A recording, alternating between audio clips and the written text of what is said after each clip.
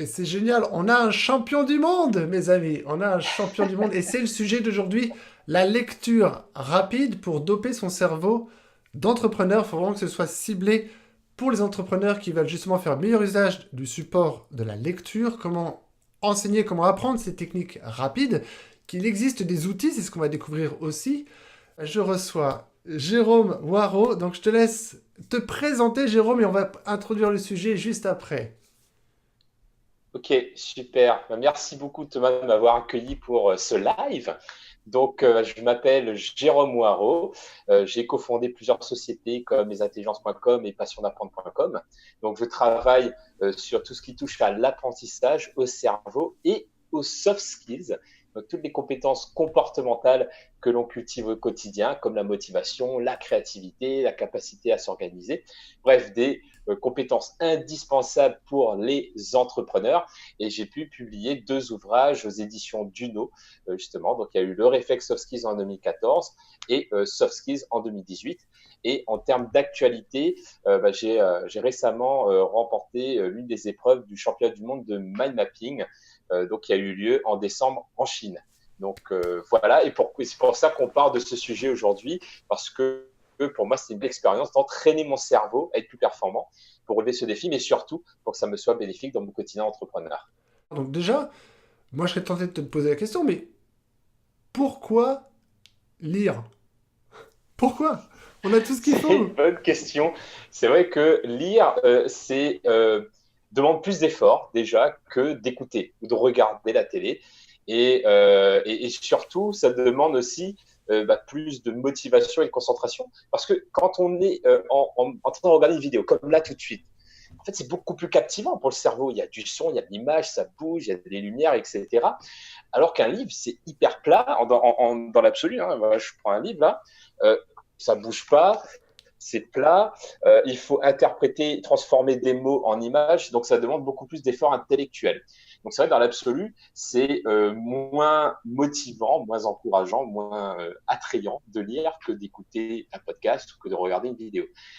En revanche, ce que j'ai découvert, notamment pour la préparation du championnat du monde, c'est que le fait de lire, déjà, on peut apprendre plus vite. Parce que, par exemple, on va dire une personne humaine normale peut parler, on va dire, même si elle part très vite, aller à 300 mots par minute.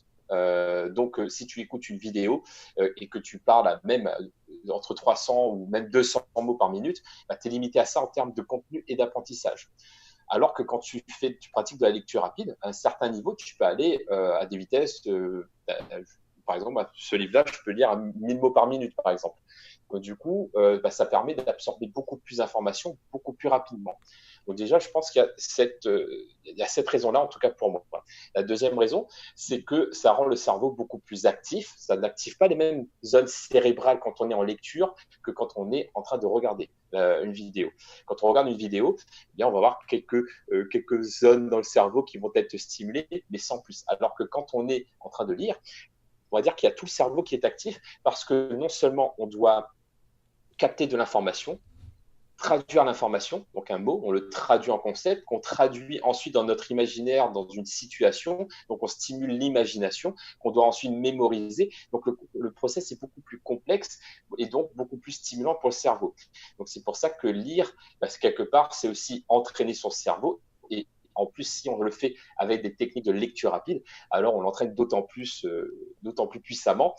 Donc moi, je dirais qu'à ça. Et en plus, avec le travail, donc là, je parle maintenant pas que de lecture, mais de lecture rapide, eh bien, ou de lecture efficace, eh bien, pour moi, c'est un moyen aussi de développer des soft skills. Donc, toutes ces compétences qui nous permettent d'être meilleurs au quotidien. Donc, je prends une analogie pour les personnes qui ne savent pas ce que sont que les soft skills. Si on prend un boxeur, il doit apprendre la base, les techniques, hein, coup droit, crochet, hypercute, etc.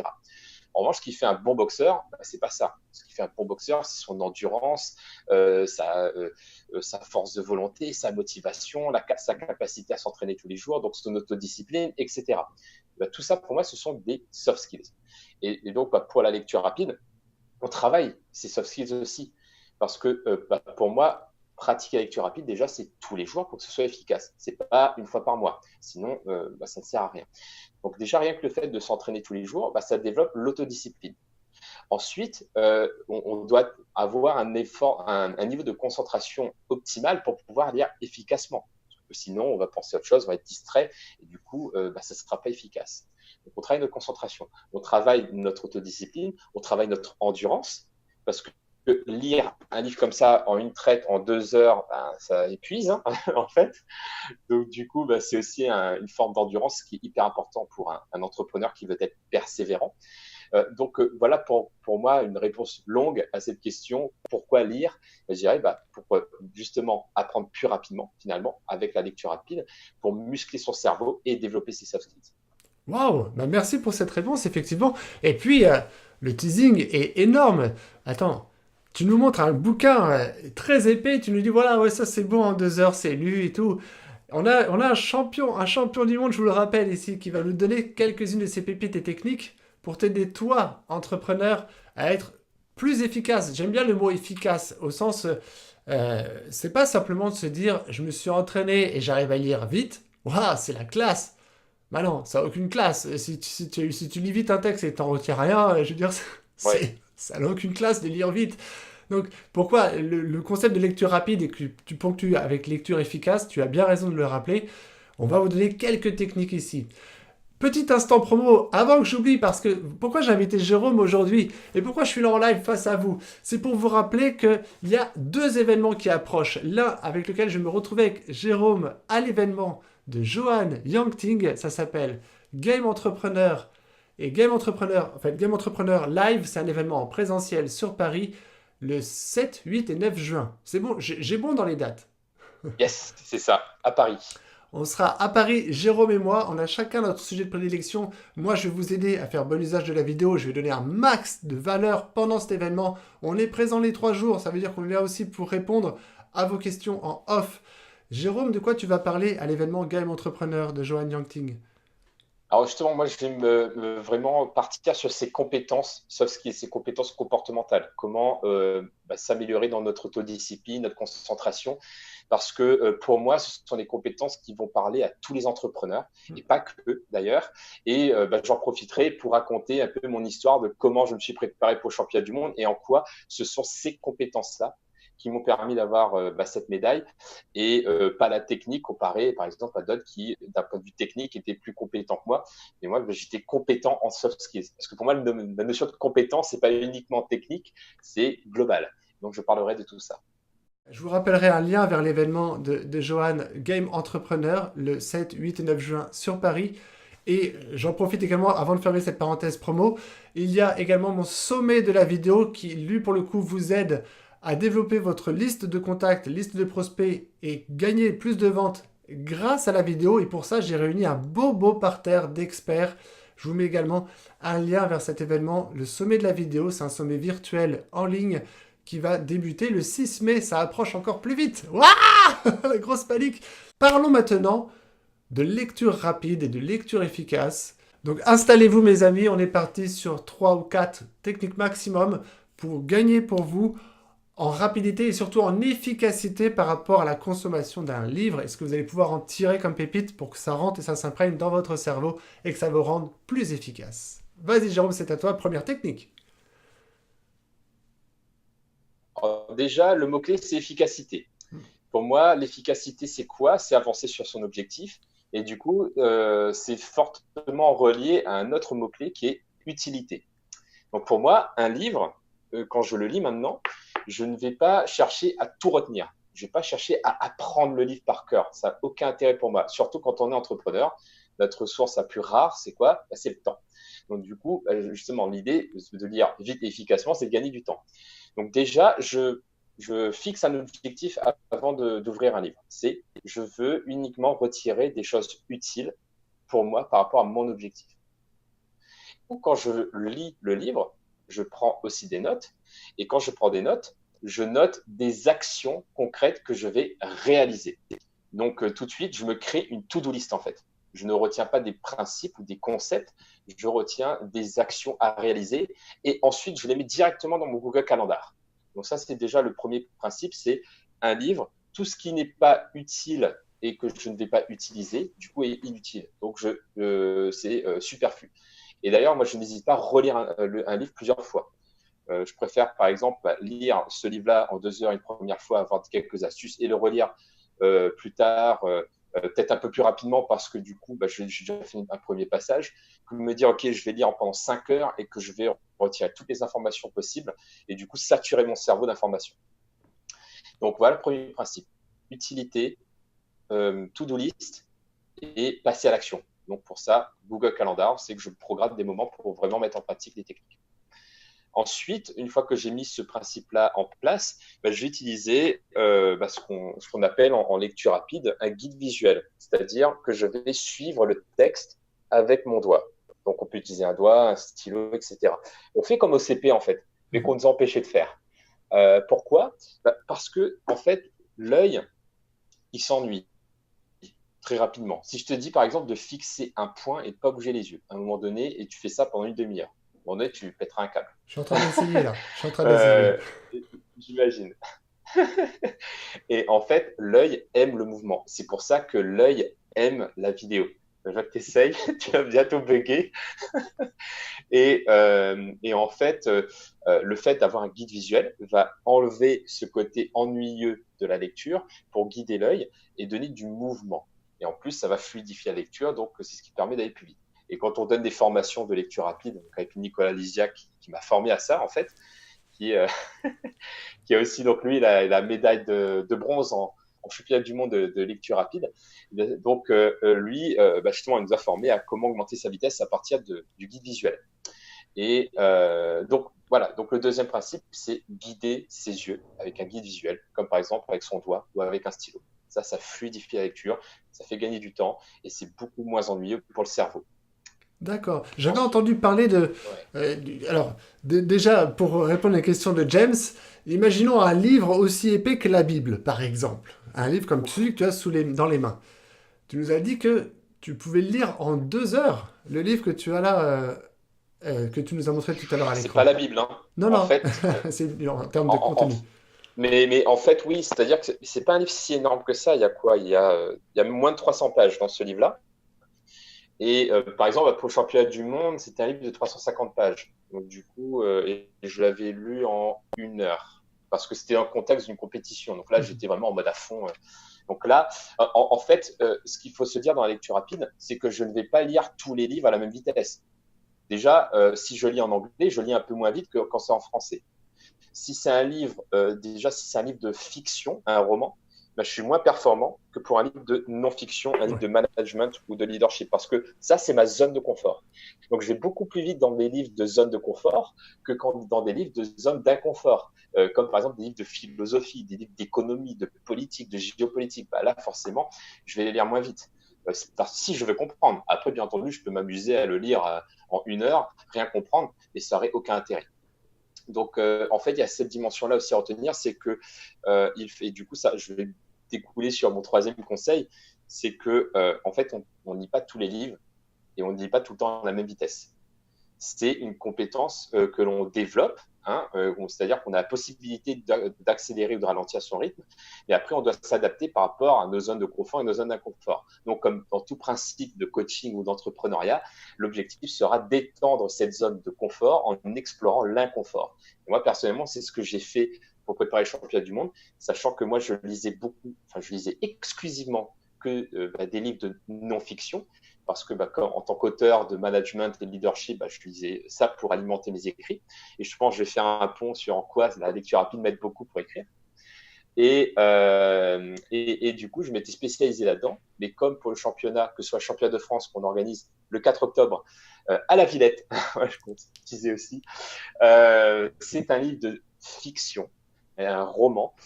Et bien là, pour moi, c'était vraiment une sortie de zone de confort totale. Donc, je me suis entraîné à lire plein de romans de fiction, que ce soit des comédies, des romances, des thrillers, de diversifier un maximum les univers pour enrichir son cerveau. Pour moi, ce qui a vraiment aidé, c'est l'entraînement. C'est comme, par exemple, pour courir un marathon, il n'y a pas non plus 20 techniques pour courir le marathon. En Exact. fait, tu as quand même un peu de technique pour ne pas te faire mal et courir quand même bien. Et après, c'est l'entraînement et un programme d'entraînement. Donc moi, mon énergie, je l'ai surtout mis sur l'entraînement.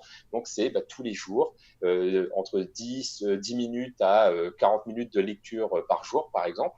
Donc pendant le championnat du monde, c'était un peu plus. Et c'est la répétition et la diversification des lectures. Parce que c'est comme ça que le cerveau va se muscler. Parce que le cerveau se muscle uniquement par de la nouveauté et de l'inconfort. Si vous restez tout le temps dans votre zone de confort, il va se spécialiser, il va créer des raccourcis neuronaux. Donc, il va être super rapide pour ça. Par contre, ça va être au détriment du reste. D'accord. Donc, pour moi, c'est ça. L'enjeu parce que là, c'est vraiment de doper son cerveau, c'est de diversifier les lectures, de s'entraîner tous les jours et dans des conditions différentes. Donc, moi, par exemple, je ne m'entraîne pas tous les jours au même endroit.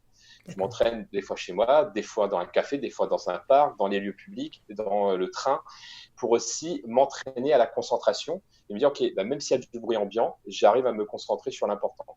Et si j'arrive à le faire pour la lecture rapide, je suis en mesure de le faire dans la vie de tous les jours. Je pensais qu'il y a aussi une extrapolation de ces compétences dans d'autres domaines. Et c'est pour ça que pour moi, cette pratique-là, dans la durée, c'est vraiment doper son cerveau. Wow. Sinon, au-delà de ça, il y a aussi la dimension culture générale.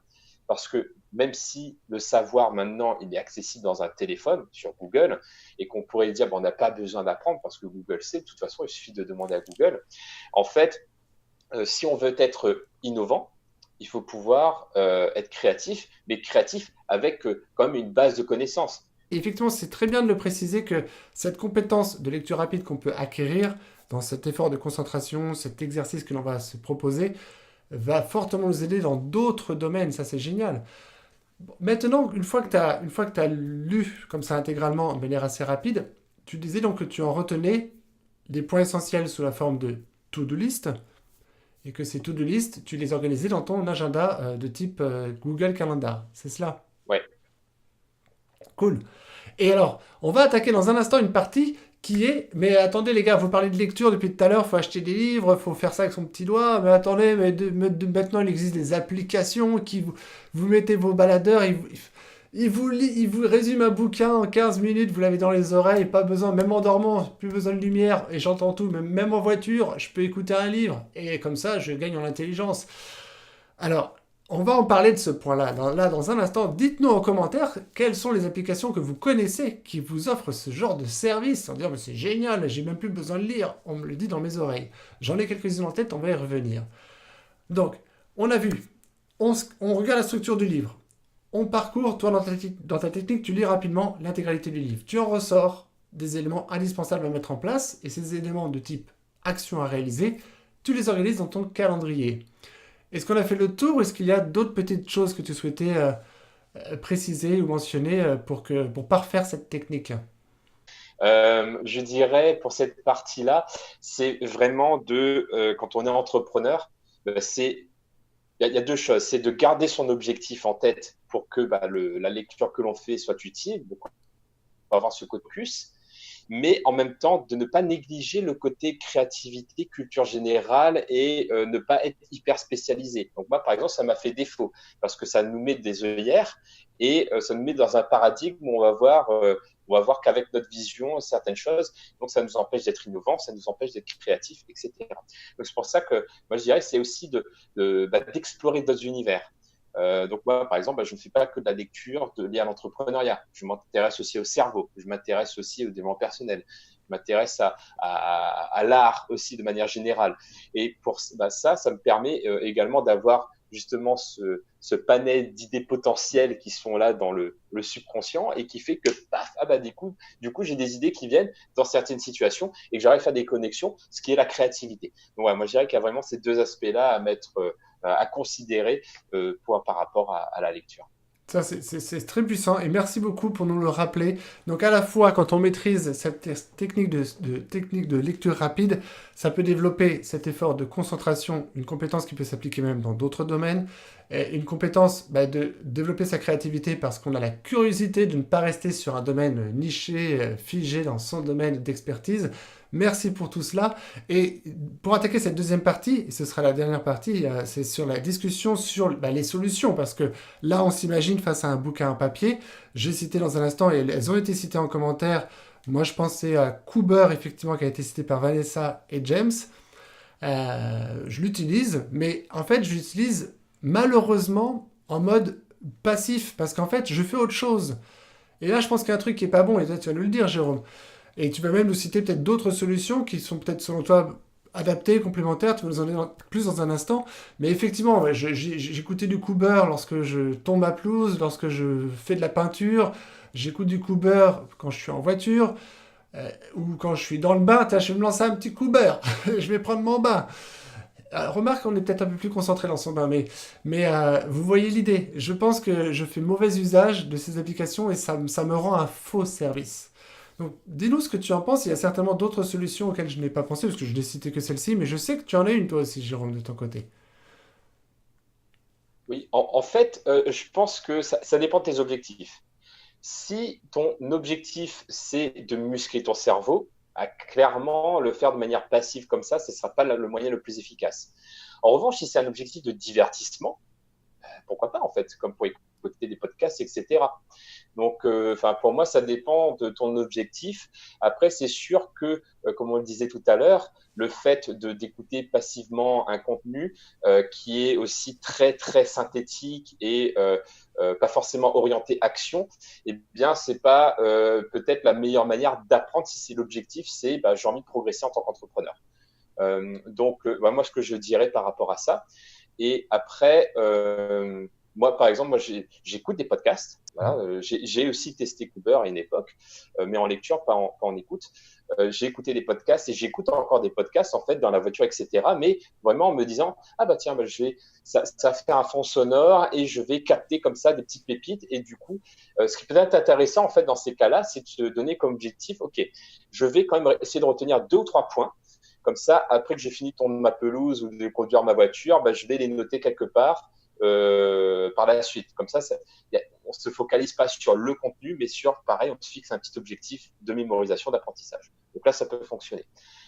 Après, c'est vrai que nous, tu lançais là-dessus sur la solution qu'on a développée. Donc, on a créé un site qui s'appelle lesintelligences.com pour lequel nous, on fait des cours autour de livres, mais on va pas en faire un résumé en fait.